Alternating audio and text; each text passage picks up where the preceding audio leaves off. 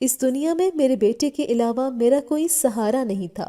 ہم دونوں ماں بیٹا ہی ایک دوسرے کا سہارا تھے۔ اس کے علاوہ جو کوئی اکا دکا رشتہ دار تھے ان سے زیادہ ملنا ہم پسند نہیں کرتے تھے،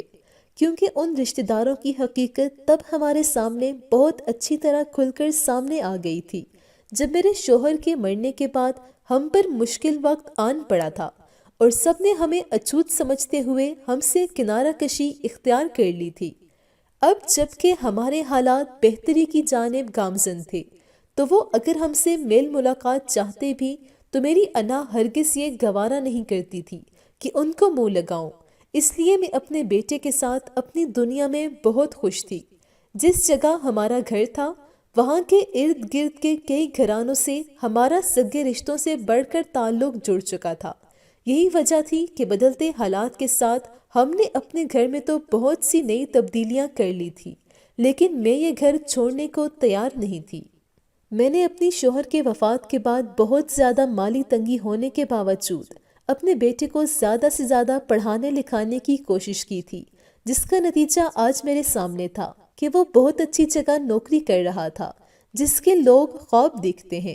اس کی نوکری لگتے ہی ہماری قسمت چمک اٹھی تھی اور سبھی ہم سے شیریں لب و لہجے میں بات کرتے، ہم پر واضح کرنے لگے تھے جیسے ان سے زیادہ کوئی بھی ہمارا اپنا نہیں، خاص کر وہ والدین جن کے گھر جوان بیٹیاں تھیں۔ ان کے لیے میں تو اور میرا بیٹا زیادہ ہی پسندیدہ بن چکے تھے۔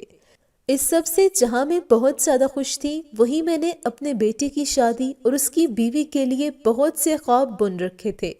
میں نے اپنے بیٹے کی بیوی کے لیے ایک خاص لڑکی کا خاکہ بنا رکھا تھا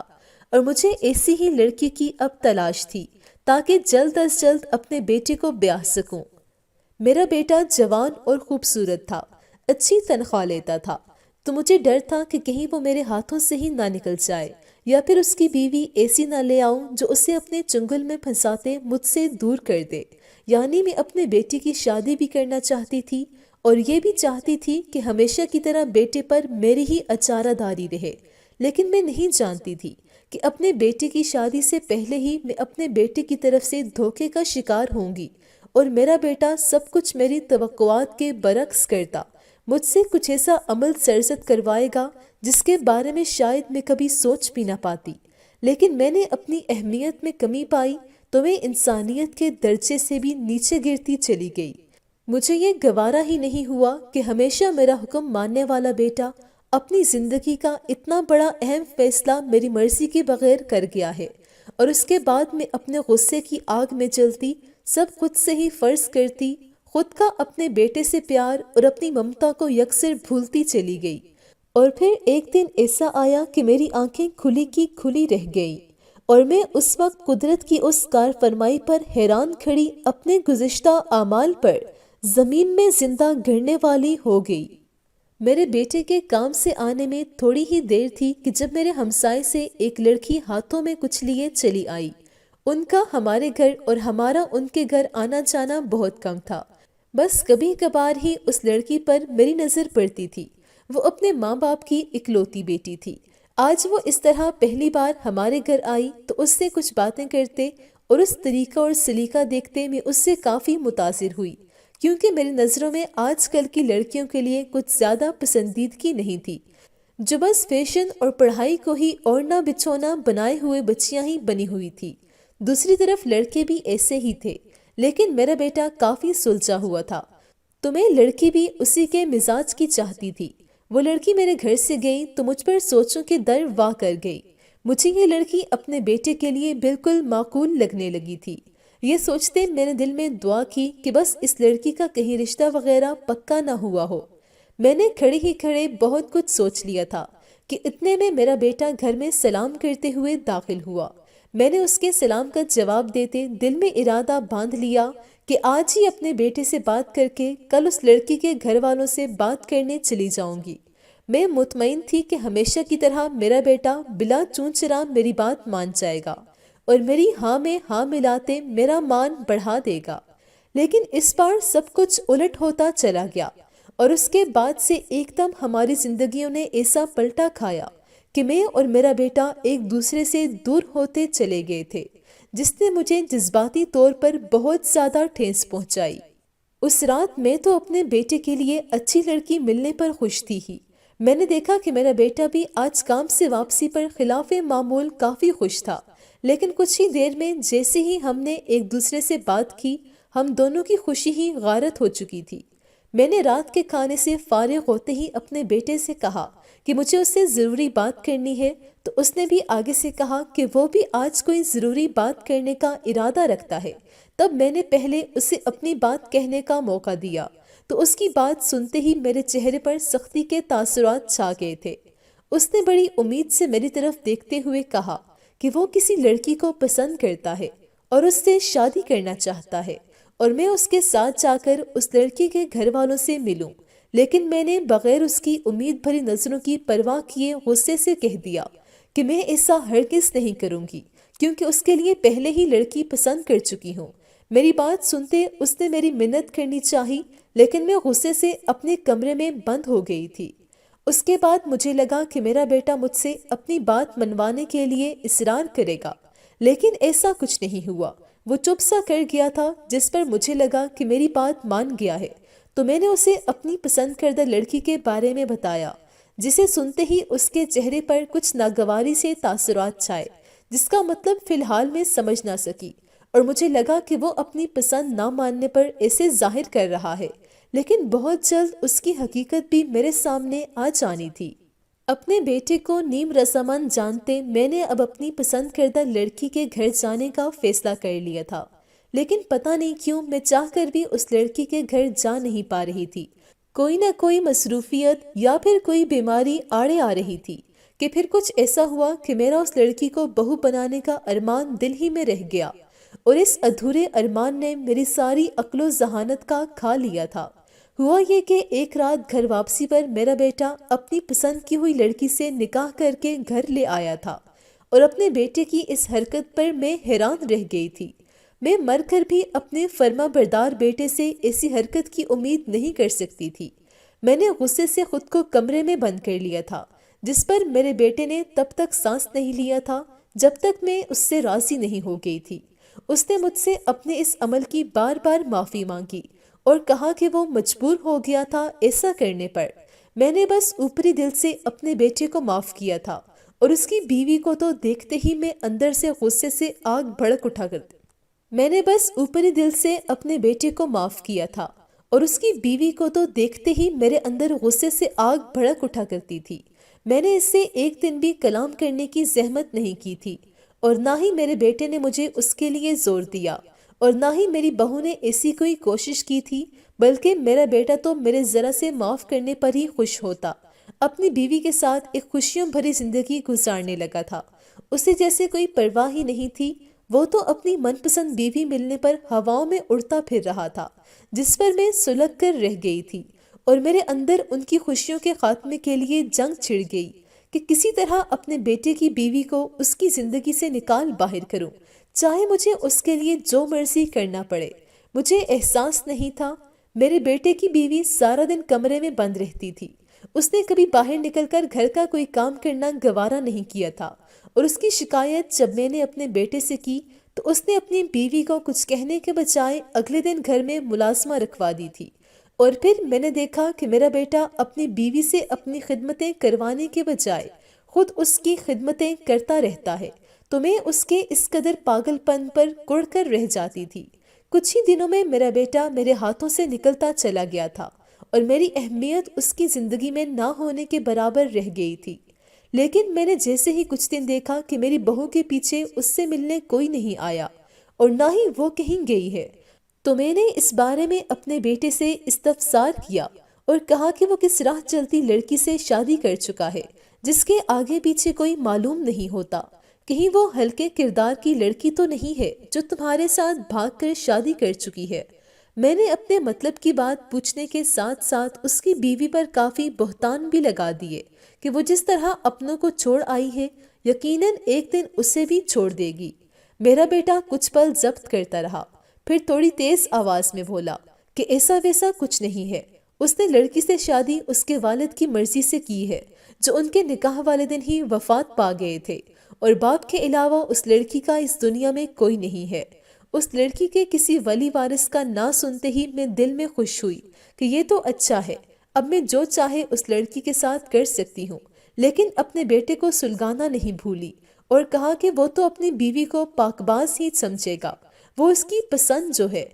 جبکہ آج کل کی لڑکیوں کو نہیں جانتا۔ میری باتوں سے اکتاتا میرا بیٹا جلد ہی میرے پاس سے اٹھ گیا تھا اور پھر ایسے ہی ہونے لگا۔ میں اپنے بیٹے کے پاس بیٹھنے پر ہمیشہ اس کی بیوی کے بارے میں تلخ اور بری باتیں کرتی رہتی، جس پر میرے بیٹے نے مجھے میرے حال پر چھوڑتے آگے سے کوئی جواب دینا بند کر دیا، اور پھر اس کے ساتھ ہی اس کا مجھ سے بات کرنے کا وقت کا دورانیہ بھی کم سے کم ہونے لگا تھا۔ اسی دوران میری بہو حاملہ ہو گئی، اور جب یہ خبر میرے بیٹے نے مجھے سنائی تو میں نے آگے سے کسی خوشی کا اظہار نہیں کیا۔ میرا دل تو نفرت سے پتھر کا ہو چکا تھا اور اپنے اکلوتے بیٹے اور سہارے کی خوشیوں سے نابلد بھی۔ اپنے باپ بننے کی خوشی پر میرا بیٹا تو جیسے مجھے بھولنے ہی لگا تھا۔ وہ اب پہلے سے بھی زیادہ اپنی بیوی پر جان چھڑکتا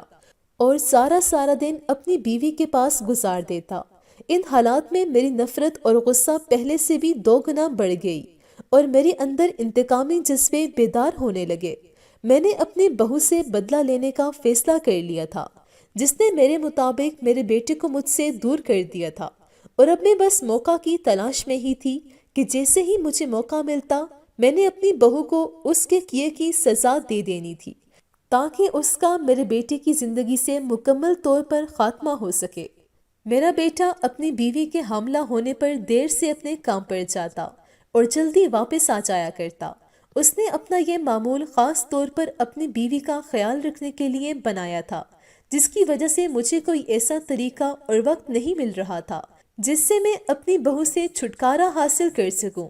اس طرح ہی کچھ وقت گزرا، مجھے پریشانی ہونے لگی کہ اگر ایسے ہی چلتا رہا اور بچہ اس دنیا میں آ جائے گا، شاید تب کچھ برا نہ کر پاتی، کیونکہ میری کوشش تھی کہ اس بچے سمیت بہو کو نکال باہر کروں، کیونکہ میں اپنی بہو سے نفرت میں اندھی اپنے بیٹے کے خون سے بھی نفرت کرنے لگی تھی۔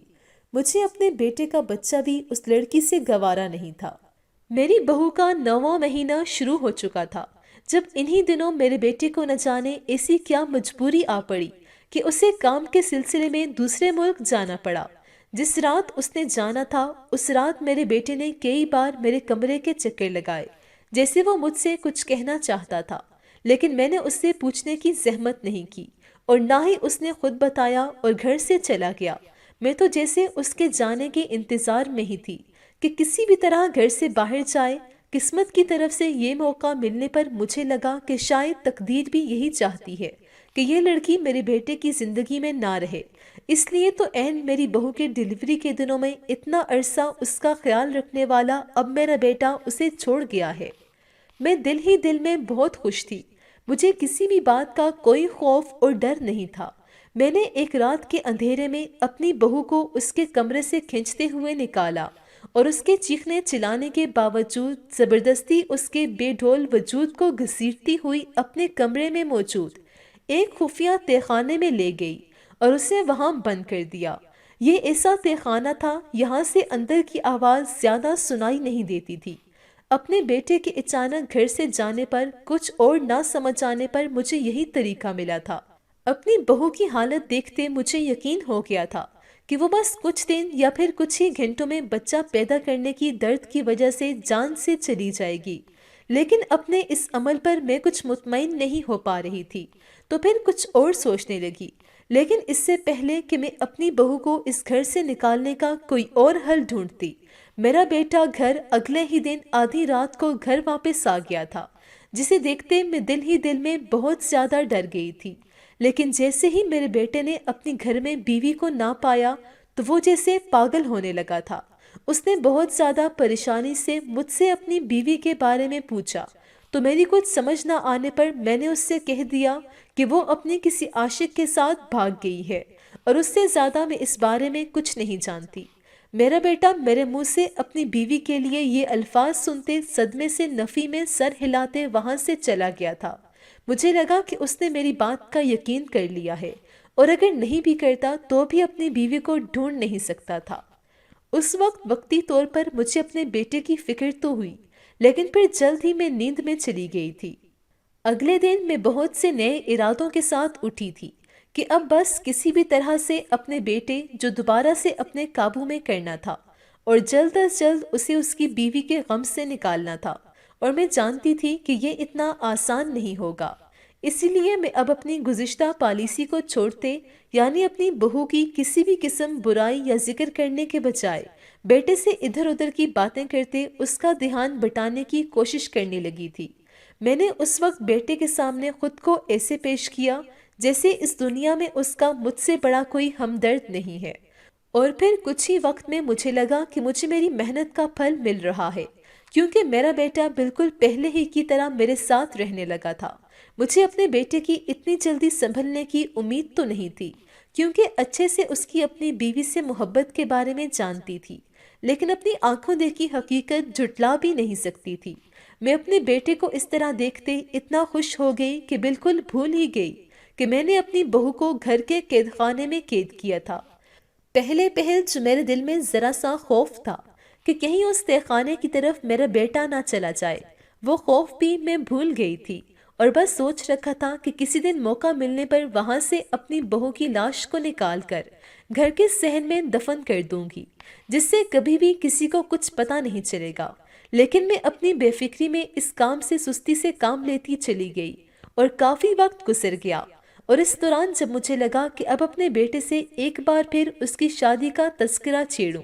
اور جب میں نے بڑی ہمت سے یہ بات اپنے بیٹے کے سامنے کی تو اس کے جواب نے میری باتیں کھلا دی تھی، کیونکہ مجھے لگا تھا جو بھی تھا میرا بیٹا شادی کی بات پر واویلا لازمی مچائے گا۔ لیکن میرے بیٹے نے تو جیسے اب فرما برداری کے تمام ریکارڈ توڑ ڈالنے کا ارادہ باندھ لیا تھا۔ میں بڑی مشکل سے خود پر ضبط کرتی اپنے کمرے میں آئی تھی۔ میں خود کو ہر معاملے کو اتنی اچھی طرح نمٹانے پر شاباشی دینے لگی، اور پھر اس بار دیر نہ کرتے ہوئے میں اگلے ہی دن اپنی من پسند لڑکی کے گھر اس کا رشتہ مانگنے چلی گئی، جس کی ابھی تک شادی نہیں ہوئی تھی۔ اور پھر جیسے لڑکی والے تو اسی انتظار میں بیٹھے تھے، انہوں نے مجھے اسی وقت ہاں میں جواب دے دیا تھا، جس کے بعد میں نے اب کی بار اپنے بیٹے کی شادی کے پورے ارمان پورے کرنے کا ارادہ کرتے شادی کی تیاریاں شروع کر دی تھی۔ شادی کے دن میں نے بہت کم مقرر کیے تھے، نہ جانے کیوں میں اب کسی چیز میں دیر نہیں کرنا چاہتی تھی۔ میری کوشش تھی کہ بس اب جلد از جلد اپنے بیٹے کو اس کی شادی شدہ زندگی اور بچوں میں مگن کر دوں، لیکن میں نے دیکھا کہ یہاں میں خوشی خوشی شادی کی تیاریوں میں مصروف ہوں، اور ہر بات کے لیے اپنے محلے میں اپنے ہونے والی بہو کے چکر لگاتی، ہر بات میں اس کی مرضی پوچھنے پہنچ جاتی ہوں۔ وہیں دوسری طرف کچھ ہی دنوں بعد اس لڑکی اور اس کے گھر والوں کا رویہ مجھ سے کچھ کھنچا کھنچا سا رہنے لگا ہے، جسے پہلے تو میں نے اپنا وہم سمجھا، لیکن پھر ان لوگوں نے جلدی اپنی اچھائی کا پردہ میرے سامنے اتار پھینکا اور اپنی اصلیت کے ساتھ میرے سامنے آ گئے۔ خاص طور پر میرے ہونے والی بہو کے طور طریقے دیکھتے ہی میں ہکا بکا سی رہ گئی تھی۔ وہ لڑکی جو مجھے کافی مذہبی، سلیقہ مند اور شرم و حیا والی لگی تھی، اسے نزدیک سے جاننے پر مجھے پتا چلا تھا کہ اس کا ایسی ویسی خصوصیات سے کوئی تعلق نہیں ہے، بلکہ وہ لوگ میرے اپنے گھر آنے پر واضح طور پر اکتاہٹ کا اظہار کرنے لگے، تو میں شادی کی تیاریاں وہی روکتی پہلے کی طرح گھر میں بیٹھ گئی تھی اور سوچنے لگی کہ اب کون سی راہ اختیار کروں۔ میں جو اب تک جیت کے نشے میں چور تھا، اب اچانک سے مجھے سب اپنے ہاتھوں سے نکلتا محسوس ہوا، اور سب سے زیادہ یہ سوچ کہ میرے بیٹے کی نظروں میں میری کیا عزت رہ جائے گی۔ میں نے ایک ایسی لڑکی کی خاطر اس سے اتنا عرصہ ناراض رہی، اور اس کے بعد میرا انجام دیا فعل تو کسی صورت معافی کے قابل نہیں تھا۔ میں اس دن اکیلی بیٹھی اپنے نفع و نقصان کا حساب لگانے لگی، تو میرے حصے میں سوائے خسارے کے کچھ نہیں آیا۔ تب میں بلک بلک کر روتی تھی، لیکن پھر بھی خود میں اتنی ہمت نہیں کر پائی کہ ایک بار تہہ خانے کی طرف جاؤں یا پھر اس رشتے سے ہی انکار کر دوں، کیونکہ لوگوں اور اپنے بیٹے کی نظروں سے پہلے ہی خوف محسوس ہونے لگا تھا۔ لیکن اگر ایک بار شادی ہو جاتی تو یقیناً میرے بیٹے کی زندگی اجیرن ہو جانی تھی، اور میں نے بھی بدتر زندگی گزارنے پر مجبور ہو جانا تھا۔ لیکن میری اتنی کوتاہیوں اور گناہوں کے باوجود اللہ کی ایسی کرنی ہوئی کہ لڑکی والوں نے خود ہی شادی سے انکار کر دیا تھا، جس کی وجہ چاہ کر بھی مجھے معلوم نہیں ہو سکی تھی، لیکن میں نے رشتہ ٹوٹنے پر شکر ادا کیا تھا۔ لیکن مجھے ان کا اچانک سے بدل جانا اور آخری بار اس لڑکی کی یہی باتیں نہیں بھول رہی تھی جو کہ اس نے مجھے ایک ظالم اور نفسیاتی عورت کہتے ہوئے اس رشتے سے انکار کیا تھا۔ آخر اس نے میرا کیا ظالمانہ پن دیکھ لیا تھا۔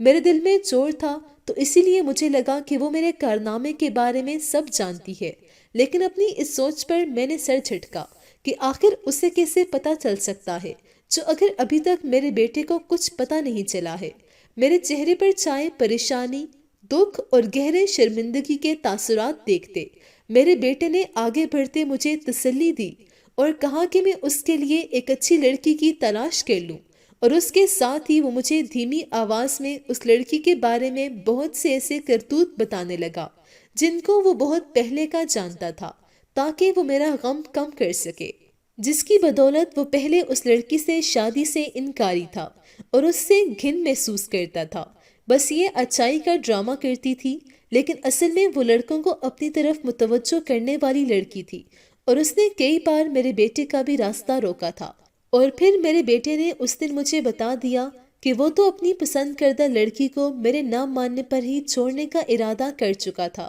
لیکن پھر اس کا باپ اچانک بیمار ہو گیا تو اس کے باپ نے اپنا آخری وقت دیکھتے میرے آگے ہاتھ جوڑتے کہا تھا کہ میں اس کی بیٹی سے شادی کر لوں۔ تب اس نے مجبور ہو کر اپنی محبت سے شادی کی تھی، جسے میں نے اس کی بغاوت سمجھتے ہوئے اسے اتنا عرصہ سزا دیتی رہی تھی۔ میرا رونا تھا کہ کم ہونے کے بجائے اپنے بیٹے کی باتیں سنتے مزید بڑھنے لگا تھا، اور پھر اس کی بیوی اور ہونے والے بچے کے ساتھ کی گئی صفاقی مجھے کسی بھی صورت چین نہیں لینے دے رہی تھی۔ لیکن اب سوائے میرے پاس پچھتاوے کے کچھ بھی نہیں تھا۔ میں اپنے ہاتھوں سے اپنے بیٹے کا بسا بسایا گھر برباد کر چکی تھی، اور اب تو دوبارہ بسنے کی جیسے امید ہی ختم ہوتی جا رہی تھی۔ اس سارے حالات میں میری دماغی حالت بہت خراب ہو گئی تھی، اور اپنی بہو کو تہخانے میں ڈالے 5 ماہ ہو چکے تھے۔ میرے دنوں رات اس تہخانے کے بارے میں ہی سوچتے گزرنے لگے تھے، جس کی وجہ سے ایک دن میں بے خیالی میں اس تہخانے کی طرف آ نکلی تھی۔ میں اس وقت زیادہ اپنے ہوش و حواس میں نہیں تھی، اس لیے وہاں جاتے ہی بغیر یہ سوچے کہ میرا بیٹا بھی آج گھر پر ہی ہے، تہخانے کا دروازہ کھول دیا۔ تہخانے کا دروازہ کھولتے ہی میرے دماغ میں ایک دم سے جھماکا سا ہوا کہ یہ میں نے کیا کر دیا، لیکن میرے قدم وہاں دروازے کی دہلیز پر جم سے گئے تھے۔ نہ ہی مجھ سے آگے بڑھنے کی ہمت ہو رہی تھی اور نہ ہی میرے قدم واپسی کے لیے اٹھ رہے تھے۔ تبھی میں نے ایک گہری سانس بھری اور اپنی بند آنکھیں کھولتے ایک قدم آگے بڑھاتے تہخانے میں جھانکا تو آگے کا منظر دیکھتے جیسے میرا سر ہی گھوم گیا تھا اور میں وہیں زمین پر سجدے میں گر پڑی تھی۔ میں جو تہخانے کے اندر اس لرزتی سوچ کے ساتھ آئی تھی کہ اب تو یہاں میری بہو کی ہڈیاں ہی بچی ہوں گی، لیکن سامنے ہڈیاں نہیں بلکہ میری بہو بالکل صحیح سلامت ایک بچے کو گود میں لیے بیٹھی تھی۔ مجھے لگا کہ اللہ نے کوئی معجزہ کر دیا ہے۔ میں سجدے میں پڑی دہاڑے مار مار کر رونے لگی کہ اسی وقت میرے پاس کسی کے بھاری قدموں کی آواز آئی۔ جب میں نے سر اٹھا کر دیکھا تو سامنے میرا بیٹا چہرے پر سنجیدگی لیے کھڑا تھا۔ اس نے آج آگے بڑھتے مجھے رونے سے منع کرتے خود سے گلے نہیں لگایا تھا، بس چپ چاپ نظریں جھکائے کھڑا رہا، تو اس کی چپ نے جیسے مجھے جیتے جی مار دیا، اور میں نے وہیں بیٹھے اپنے بیٹے کے پیروں پر ہاتھ رکھ دیے۔ میرے اس عمل پر میرا بیٹا تڑپتا ہوا مجھے زمین سے اٹھاتے خود سے لگاتے رو پڑا تھا۔ اس دوران اس کی زبان پر ایک ہی سوال تھا کہ آخر ماں ایسا کیوں کیا؟ یہ آپ کا مجھ سے کیسا پیار تھا کہ میرے بچے کا بھی احساس نہیں کیا؟ میں نے روتے ہوئے اپنے دونوں ہاتھ اس کے آگے جوڑ دیے اور کہا کہ وہ مجھے معاف کر دے۔ میں اپنے غصے، انا اور ضد میں پاگل ہوتی ماں کے درجے سے نیچے گر گئی تھی۔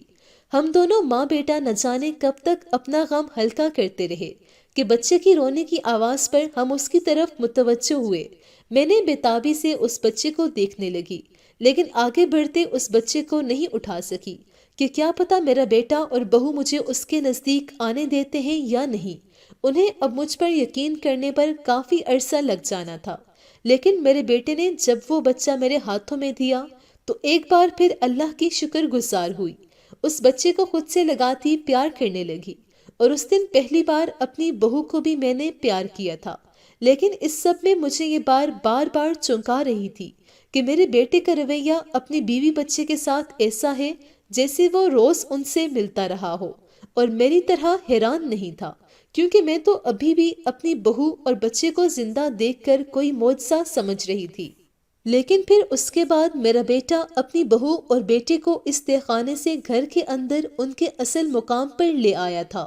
اور پھر اس نے مجھے بتایا کہ جس رات آیا تھا اسی رات یہ سب جان گیا تھا، کیونکہ اس نے میری کسی بات کا یقین نہیں کیا تھا، اور پھر اس رات میں اپنے بیٹے کو سویا سمجھ کر تہخانے کے کئی چکر لگا چکی تھی، لیکن اندر بالکل خاموشی محسوس کرتے سمجھی تھی کہ بہو کو لازماً کچھ ہو چکا ہے، وگرنہ وہ کبھی بھی آرام سے نہ بیٹھتی، جس کی وجہ سے میں تو مطمئن ہو کر سو گئی تھی۔ لیکن میرا بیٹا جو مجھ پر نظر رکھے ہوئے تھا، وہ کسی خدشے کے تحت تہخانے تک پہنچ گیا تھا، اور پھر وہاں اپنی بے ہوش پڑی بیوی کو رات کے اندھیرے میں ہاسپٹل پہنچا گیا تھا، اور پھر اسی طرح ایک رات کو ہی واپس اسی تہخانے میں لے گیا تھا۔ وہ چاہتا تو تبھی مجھے اس بارے میں بتا دیتا، لیکن تب وہ ڈر گیا تھا اور چاہتا تھا کہ مجھے سبق سکھانے کے بعد ہی اب وہ اپنی بیوی بچے کو گھر کے اندر واپس لائے گا، جو کہ وہ اس لڑکی کے ذریعے مجھے اچھے سے سکھا چکا تھا، کیونکہ وہ اس لڑکی کو میرے ظلم کی داستان بڑھا چڑھا کر سناتے مجھ سے ڈرا گیا تھا تاکہ وہ خود ہی رشتے سے انکار کر دے، اور واقعی اس نے ایسا کر دیا تھا۔ لیکن اس میں ایک بات سچی تھی کہ وہ لڑکی واقعی میں کردار کی اچھی نہیں تھی۔ اپنے بیٹے کی باتیں سنتے میں جو پہلے چاہتی تھی کہ اسے کچھ بھی نہ پتا چلے، آج اس کے سب جان لینے پر شکر کا کلمہ پڑھنے لگی تھی، اور اس کے بعد میں نے ان سے دوبارہ معافی مانگنے کے ساتھ ساتھ اللہ سے بھی توبہ کر لی تھی اور ایک خوشگوار زندگی گزارنے لگی تھی۔